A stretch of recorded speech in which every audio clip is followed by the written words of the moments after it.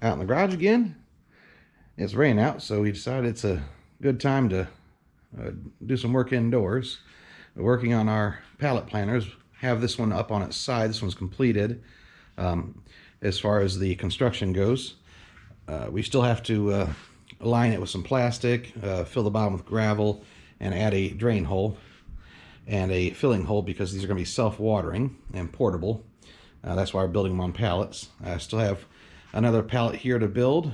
Got another one that we're currently working on. We've already filled in the gaps in the pallet here floor. We've got our boards cut. This is a standard 48 by 40 inch pallet. So we've got some 42 inch boards to go on the ends. These will be our uprights to attach the boards to the pallet. And we've got some 48 inch boards to run the entire length. Alright, we got the uprights installed. Now it's time to put on the long end boards, the 48 inchers. We're going to run those screws from the inside. You could do this with store-bought lumber. These boards are exactly 1 inch thick.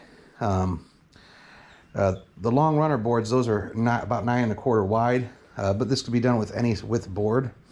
For these uprights, you could actually use 2x4s.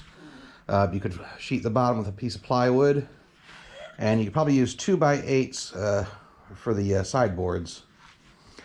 You would have to make the end boards a little bit longer than 42 inches to account for the extra thickness of standard lumber, which is 1.5 inches thick, where this is only 1 inch thick.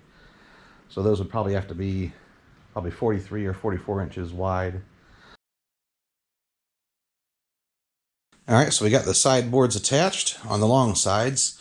We went ahead and pre-drilled pilot holes and went ahead and inserted the screws for the end boards, since the screws have to go in so close to the end.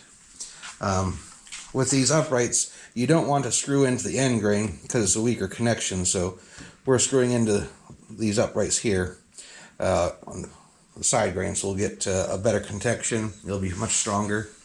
Also, in doing this, these two walls now, they're splayed out. So we're going to have to start by doing the boards on the top first. We'll put one screw in each side, squeeze them together, and get it shifted up nice and square before sinking the other screws. We'll do one board on either side and then work from the top down. Alright, we got the ends on. I had to use a ratchet strap to pull in the sides to get it squared up. And that's all we're going to be doing tonight with these planters. We're going to come back on a day when it's not raining so much, and we'll go ahead and add the black plastic liner. We'll drill the hole for the PVC drain pipe. We'll add in the gravel and the weed barrier fabric to make it self-watering. And then we'll cut some trim boards to go across these tops as mitered corners. And that'll give us a place to attach things like hoops or trellises for the plants to grow on as needed. So until the weather gets better. Alright, back for a beautiful sunny day. So we're going to get these lined and filled with gravel for the self-watering feature.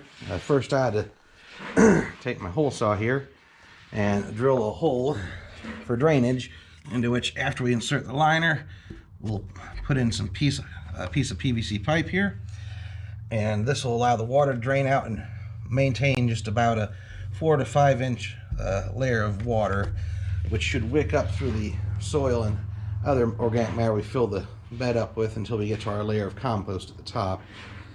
And that reservoir during the heat of the summer will keep the beds nice and moist, keep from drying out, help keep the plants from wilting, and should help save us some water. So we'll get to that, and I'll show you once we have the liner in. Alright, we got the plastic sheeting in, got our drain pipes installed, got the fill pipe installed. This is just a piece of gutter adapter. You can use PVC, just whatever you happen to have on hand. You can use drain pipe. It just has to go down so you can fill the rock layer with water. I put some caulk around the pipe before I drove it through, just to seal it up so we don't get any of the wood wet when this has water filled with it. So next we'll be filling up with some gravel, and then we'll top that with some landscape fabric to keep the soil from sifting down through. All right, we got the gravel in. Add some larger rocks to cover the water entrance and the drain, or the fill rather. This will allow us to fill this water reservoir for these wicking beds by just propping the hose in here and spraying it. We'll know it has enough water when it starts coming out the drain, and yeah. So in order to keep the soil from soaking into the gravel, we're going to cover the gravel with some of this landscaping fabric.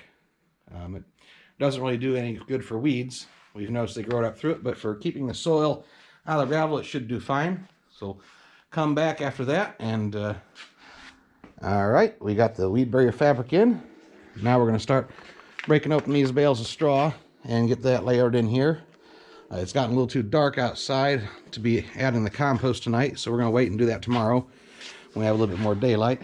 All right, we got the straw in. We had some old dried out hay on top. We'll make some fresh this year. I may tomorrow also add some sawdust from the sawmill before we add our final layer of compost. That's going to be it for tonight. So we'll start again tomorrow and see what we get done.